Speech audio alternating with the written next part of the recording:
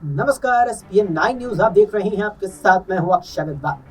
बिहार की सीवान लोकसभा सीट से पूर्व सांसद मोहम्मद शहाबुद्दीन की पत्नी हिना शहाब का भगवा चुनाव प्रचार काफी चर्चा में है। हिना शहाब की निर्दलीय उम्मीदवारी ने इस सीट के चुनावी समीकरण को रोचक बना दिया है।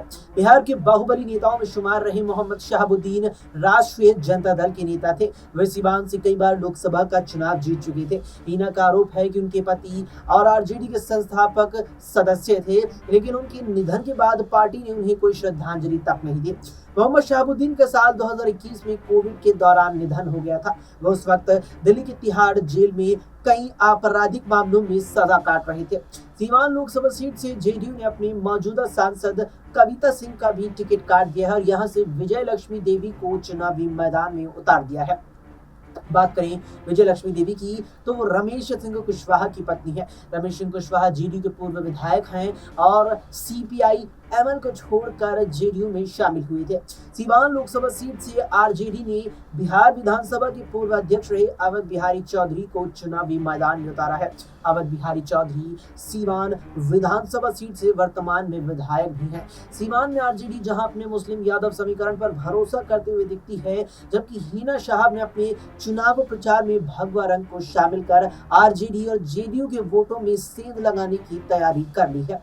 हिना शहाब का दावा है कि सीवान की जनता ने मोहम्मद शहाबुद्दीन के दौर में विकास देखा था और उसके बाद इलाके में विकास का कोई भी काम नहीं हुआ है। उनका कहना है कि गांव के जो वोटर और जो महिलाएं पढ़ी लिखी नहीं है, मैं उन्हें पूरी तरीके से समझती हूँ कि मैं निर्दलीय चुनाव लड़ रही हूँ, इसलिए ईवीएम की एक डमी भी अपने साथ रखती हूँ। मैं किसी दल से नहीं हूँ, मैं दिल से हूँ। हम भगवा, हरा, पीला, गुलाबी सबके साथ है, हर रंग हमारा अपना है। हिना शहाब अपने समर्थकों के साथ सीवान के गांव-गांव में प्रचार कर रही हैं और उनके साथ भगवा कपड़े या भगवा पगड़ी लगाए समर्थक भी बड़ी संख्या में दिखते हैं। हिना के समर्थक में उनकी सभा में आई लीलावती देवी कहती हैं कि हिना निर्दलीय खड़ी हैं, हम उन्हें दिल से वोट देंगे, हमारा विश्वास है कि वो जीतेंगी, जरूर जीतेंगे। दूसरी ओर सीवान सीट से विजय लक्ष्मी देवी की जीत के लिए उनके पति भी चुनाव प्रचार में लगे हुए हैं। शुक्रवार को जब हम सीवान पहुंचे तो हमें बताया गया कि चुनाव प्रचार की थकान की वजह से विजय लक्ष्मी कुशवाहा अब काफी बीमार चल रही है। रमेश कुशवाहा जो उनके पति हैं, कहते हैं कि हिना शहाब को लेकर काफी तंज कसते हैं। वो कहते हैं कि अब स्थिति ऐसी हो गई है कि सबको भगवा अपनाना होगा। अगर हिना शहाब को भगवा से इतना प्रेम है तो जेडीयू में शामिल हो जाए। यह 21 मई को प्रधानमंत्री यहाँ जब सभा करने आए तो अब क्यों नहीं आई, उसी समय बीजेपी में शामिल हो जाती। रमेश कुशवाहा दावा करते हैं कि सीवान की जनता उस पुराने दौर में लौटना नहीं चाहती है जहां डर था। शहाबुद्दीन बाहुबली थे, उनका मॉडल खौफनाक था, लोग उनके डर से मुंह नहीं खोल पाते थे। सीवान में हिना शहाब और विजय लक्ष्मी देवी की मौजूदगी में आरजेडी के अवध बिहारी चौधरी अपने लिए बड़ा मौका देख रही है। अवध बिहारी चौधरी यहाँ युवाओं को नौकरी, महिलाओं को आर्थिक मदद और महंगाई से छुटकारा दिलाने जैसे मुद्दों को उठाते नजर आती हैं। सीवान सीट पर उनके विरोध में खड़ी दोनों ही महिला उम्मीदवारों के साथ उनके पति का नाम जुड़ा है, जिनकी छवि पर सवाल उठ रहे हैं। इसलिए अवध बिहारी चौधरी उम्मीदवार की छवि को भी मुद्दा बनाते हुए अब इस पूरे चुनावी मैदान में ताल ठोक रही है। अवध बिहारी चौधरी का आरोप है कि बीते 15 साल के कथित विकास को देखने के बाद सीवान की जनता अब एक अच्छी चरित्र और अच्छी छवि के उम्मीदवार को चुनेगी। उनका दावा है कि अब निर्दलीय उम्मीदवार को कोई वोट नहीं देता है क्योंकि उनका कोई मैनिफेस्टो नहीं होता। वो जीत कर किस तरह चला जाएगा, लोगों को ये भी पता नहीं होता। सीवान में मुकाबला इंडिया और एनडीए के बीच है। यहाँ पर इंडिया बहुत ऊपर है। बिहार में उत्तर प्रदेश की सीमा से सटे सीवान की चर्चा कभी देश के पहले राष्ट्रपति डॉक्टर राजेंद्र प्रसाद की जन्मभूमि के तौर पर भी होती है, तो कभी सीवान का जिक्र भारत के चर्चित ठाकुर नटवरलाल से जुड़े किस्सों में भी होता रहा है।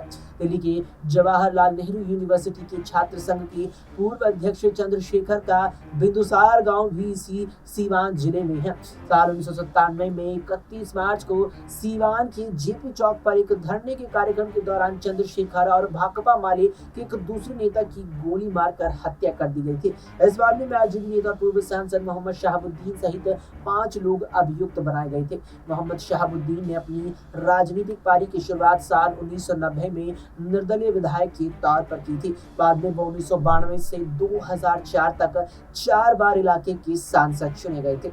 उनको सीवान के बहुचर्चित टिहरी हत्याकांड समेत लगभग दर्जन भर मामलों में सजा हुई थी। सीवान की हालिया चुनावी इतिहास को देखिए तो 2019 में इस सीट से जेडीयू ने बाहुबली नेता अजय सिंह की पत्नी कविता सिंह को अपना उम्मीदवार बनाया था। उन्होंने आरजेडी की हिना शाहब को पराजित किया था। इससे पहले साल 2014 के चुनावों में भारतीय जनता पार्टी के ओम प्रकाश यादव ने आरजेडी की हिना शाहब को बुरी तरीके से पराजित किया था, जबकि साल 2009 में लोकसभा चुनावों में ओम प्रकाश यादव ने निर्दलीय उम्मीदवार के तौर पर आरजेडी की हिना शाहब को मात दे दी थी। सीवान लोकसभा सीट में कुल 6 विधानसभाएं आती है। साल 2020 के बिहार विधानसभा चुनावों में सीवान, रघुनाथपुर और बड़हरिया सीट पर आरजेडी की जीत हुई थी, जबकि जीरादेई और दरौली सीट पर सीपीआई-एमएल ने अपना कब्जा जमा लिया था। सीवान की केवल एक विधानसभा सीट जो दरौंधा है, उस पर बीजेपी ने 2020 के विधानसभा चुनावों में जीत दर्ज की थी। साल 2019 की लोकसभा चुनावों के दौरान सीवान में करीब 18 लाख वोटर थे। यहाँ यादव, मुस्लिम और राजपूत वोटरों का बड़ा असर माना जाता है। इस सीट पर कुशवाहा, सहनी और ईबीसी वोटर भी चुनावी समीकरण के लिहाज से काफी अहम है। सीवान के ग्रामीण इलाकों से बड़ी संख्या में रोजगार की तलाश में युवाओं का पलायन हो रहा है। यहाँ कई घरों में 1-2 लोग नजर आते हैं, कई घरों में तो ताले लगे हुए दिखते हैं। भारत के बड़े शहरों के अलावा यहाँ के युवा काम की तलाश में विदेशों की भी राह कर रहे हैं। सऊदी अरब में नौकरी करने वाले फैजान अली फिलहाल सीवान में हिना शाहब के चुनाव प्रचार के लिए आए हैं। उनके सिर पर भगवा पगड़ी लगी है। उनका कहना है कि हिना शाहब ने स्पष्ट तौर पर कहा है कि सब रंग हमारा है, सारे लोग हमारे हैं। सीवान ने शहाबुद्दीन साहब के दौर में विकास देखा है, उसके बाद यहाँ विकास का कोई काम नहीं हुआ है।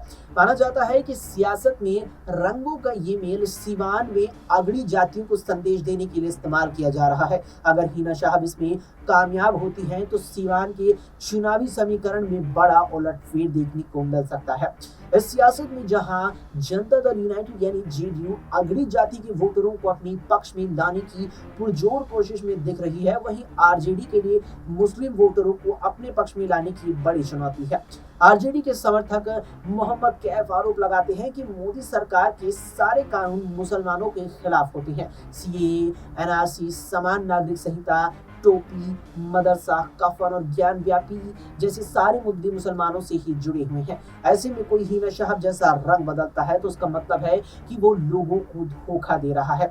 सीवान रंगों की सियासत के अलावा रोजगार, महंगाई, उम्मीदवार की छवि, विकास, संविधान और आरक्षण से लेकर मुफ्त के राशन तक की चर्चा चुनावी शोर में सुनने को मिल रही है। सीवान सदर के सरावे गांव के इंद्रजीत राम कहते हैं कि हमें आरक्षण भी संविधान से मिला है। संविधान ऐसी चीज नहीं है कि आज लिख दिया कल बदल दिया। हमारे लिए मुद्दा शिक्षा है। हमारे यहाँ स्नातक की 3 साल की पढ़ाई 5 से 6 साल में पूरी होती है, इसलिए बच्चों को उत्तर प्रदेश के कॉलेज से पढ़ाई करनी पड़ती है। इसमें सुधार बहुत जरूरी है।